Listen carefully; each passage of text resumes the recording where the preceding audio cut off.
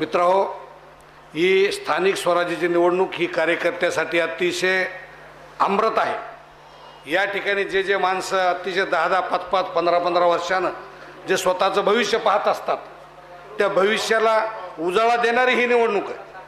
आणि तुमच्या या निवडणुकीमध्ये कोण किती मोठा आहे, कोण किती लहान आहे, कोण काय असेल याचा विषय नाही। या ठिकाणी मी मुद्दाम अध्यक्ष साहेबांना विनंती करतो, या ठिकाणी जे कार्यकर्त्यांनी या वाईट परिस्थितीमध्ये लोकसभा असेल, विधानसभा असेल, ज्यांनी स्वतःचा जीव मुठीत धरून ज्यांनी प्रामाणिकपणानं काम केलं, त्यांना पहिल्यांदा उमेदवारी देण्याचं काम आपण या ठिकाणी प्रामुख्याने आपल्याला करावं लागेल। याच्यासाठी कुठलाही गटबाजी राहणार नाही, कुठलाही कुणाचा मनभेद राहणार नाही आणि कुणाचं काही राहणार नाही। ज्याची ताकद आहे, हिंमत आहे आणि ज्याला लढायचं आहे आणि जो लढू शकतो आणि जो जिंकू शकतो, अशाच माणसाने या ठिकाणी वाघमोडे साहेब सिनियर आहेत, फुलचंद भाऊ सिनियर आहेत,